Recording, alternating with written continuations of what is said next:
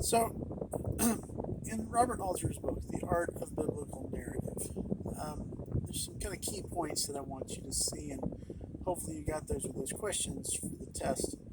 And I'll, once I realize, make sure that everybody's taking their quiz, I'll post the answers in case people missed them. But one of the key points, one of the pivotal points that I want you to get is something that Alter quotes. I know there's a young American scholar, Joel Rosenberg, who says that the Bible's value as a religious document is intimately and inseparably related to its value as literature. Um, we've been talking about, art embodying religious ideas, and art interpreting religious ideas or interpreting God. Um, as narrative, the if you when you read the Bible, right, these stories, um, they're not just haphazardly thrown together. Um, by the faith communities, they're understood often, not always, but often as having some historical merit. But they're not writings like a modern historian, right? They're not putting together statistical analysis. They're not um, trying to give you every perspective. Um, when Luke writes the Gospel of Luke, he introduces it by telling you his purpose, which has to do with pulling together sources of people who had seen Jesus, stories that were being told in the church about Jesus, other things that have been written down about Jesus, um, for the sake of producing faith. And he's directing it towards a Gentile, not non-Jewish believer, because the first Christians were all Jews. Um,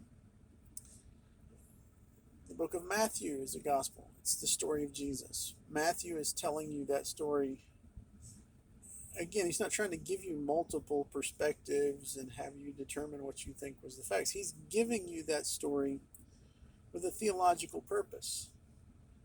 And in some sense, the same is true for the stories of the the patriarchs: Abraham, Isaac, Jacob, Moses. These stories in the Bible, um,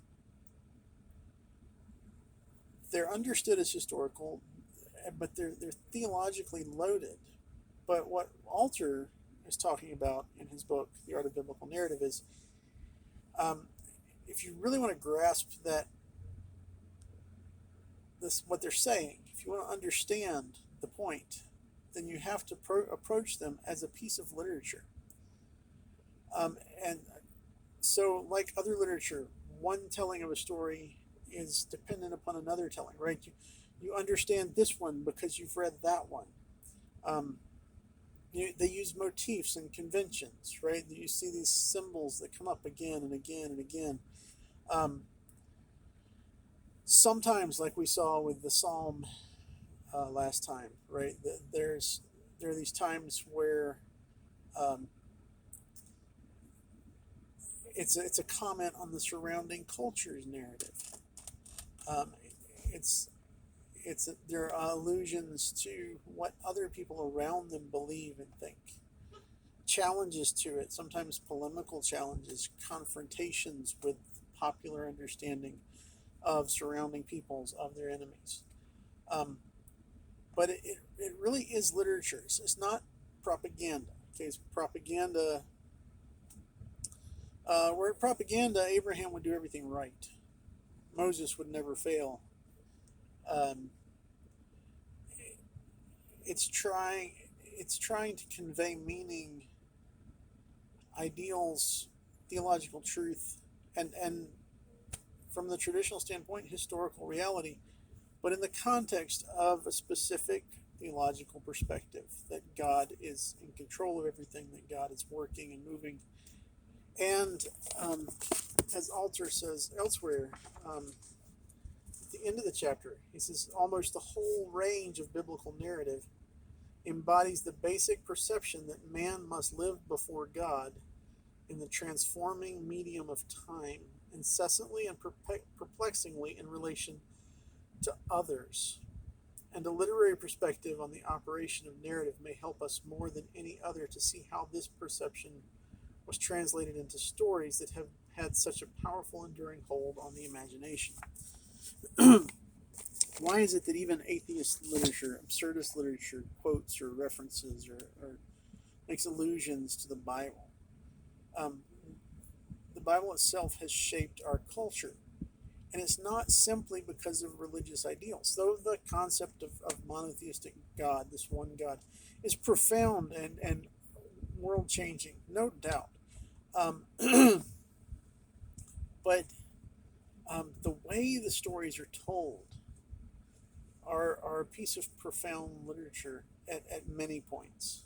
Okay, maybe not at every point, but in many ways and at many points, it's a prose narrative. And that's, I'll give you something to look at this week in comparison, right?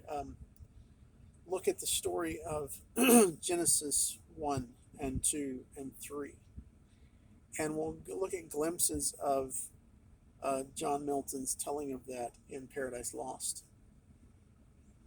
Um, the power of a very intense and precise prose narrative that we find in the Bible, Milton elaborates on it, he builds on it, he creates poetry around it, he does this epic poem. And he's, I mean, we could talk about how he interprets God in doing that. Possibly changes the image of God as understood by the tradition and as presented in the text itself. Maybe not, but arguably so. So, I mean, we'll look at that a little bit. I'll have you look at that. But when we talk about the precision and the kind of this prose narrative and the way the syntax works, right? In one place, I don't think you read this, but in one part of Alter's book, he talks about the creation story, and then he talks about man and woman, husband and wife, Adam and Eve, right? And when Eve is created, there's this play on the idea of being one and alone, and two and one and two. So it's like Adam is alone, and then his rib is kind of parted from him, and the woman is created, and then she's brought to him, and they come together, and they're one flesh. But then the final words are, the man and his wife were both naked and unashamed. So it goes from he's one, he's alone, which is not good. Then she is made, there are two of them, and in this beautiful poetic moment, the two become one flesh, this kind of intense connectedness, right? This intense connectedness that's really kind of the longing of most romantic relationship, whether we realize it, whether it comes into being. That's usually what people are looking for in a relationship, right? This kind of intense connectedness of man and of husband and wife, right? They as one flesh. But then it's not that they've disappeared; they're still two. And Alter talks about how that use of language, right, that use of syntax, is looking at this kind of paradoxical reality. They're two and yet one and yet two, and two, one alone, two, one united, and two not alone, but still vulnerable to each other. It's really quite profound. And this is this very short little snippet, right? That kind of use of language is really quite powerful. And it's a certain narrative form that pulls in various perspectives. And one of the things I mentioned in class that you may want to note, hopefully you're reading Silence. If you're not reading Silence, the rest of the semester is going to get rough. You really need to finish that novel. So, and looking for the things that I've told you to look for. But something else to pay attention to as you're reading it. Realize, for one, that the appendix, I think there's an appendix at the end. I may be wrong on that. It shouldn't be an appendix. In the Japanese version, it just keeps going. It's part of the book. Um, so I need to double check if your copy has that or not. Um, but the book, if you read carefully, you'll notice that it changes perspective, sometimes completely without warning, without introduction. Just suddenly you're reading from a different perspective. So you go from reading some letters to reading the journal of this main character to reading a third person narrative that we don't know who's telling us about it, to reading a report from a merchant on a ship, to reading excerpts from a Japanese um, a Japanese leader, a Japanese officer's report about a household that just gives basic data about burials and costs of things and who's reported and a medallion found and things. I mean, it just shifts perspective.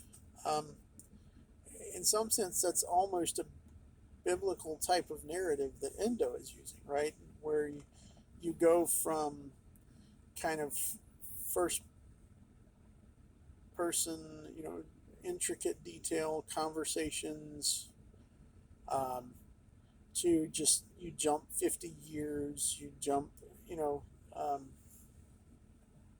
in events, you shift perspective. It does that in the Bible. Endo does that in his book. So that type of prose narrative um, really is quite complex, and it's interesting to view closely. And it's a different type of complexity than we might see in an epic poem. The reason I bring up John Milton is because Alter often contrasts the Bible to various mythological kind of epic poetic literature of the surrounding region. Well, we can't read that in the original language. But when Milton writes Paradise Lost, he's trying to write that kind of epic poetry version of the creation of the fall story. So in doing that, um, he's giving us a sense of what a stylized version, something like what ancient mythological texts might have done with the creation story as it is in the Bible. So it gives us a good contrast to this very precise and just loaded, linguistically loaded um, stories as told in the Bible. So we'll look at that more this week. You should be reading Endo. I'm not giving you a lot of extra work, maybe a few questions to answer, but mostly you need to finish the novel. And if you didn't watch Faust and you didn't look at the clips from The Tempest and you didn't kind of read at least a little bit about The Tempest for those past discussions, I would suggest you go and go back and do that, because those types of things, they may come up again. So be sure this week to finish Endo's novel. And there again, you may have one more chapter from Alter. I'm still trying to decide on that as I make this video, but it'll be clear by the time the module is posted.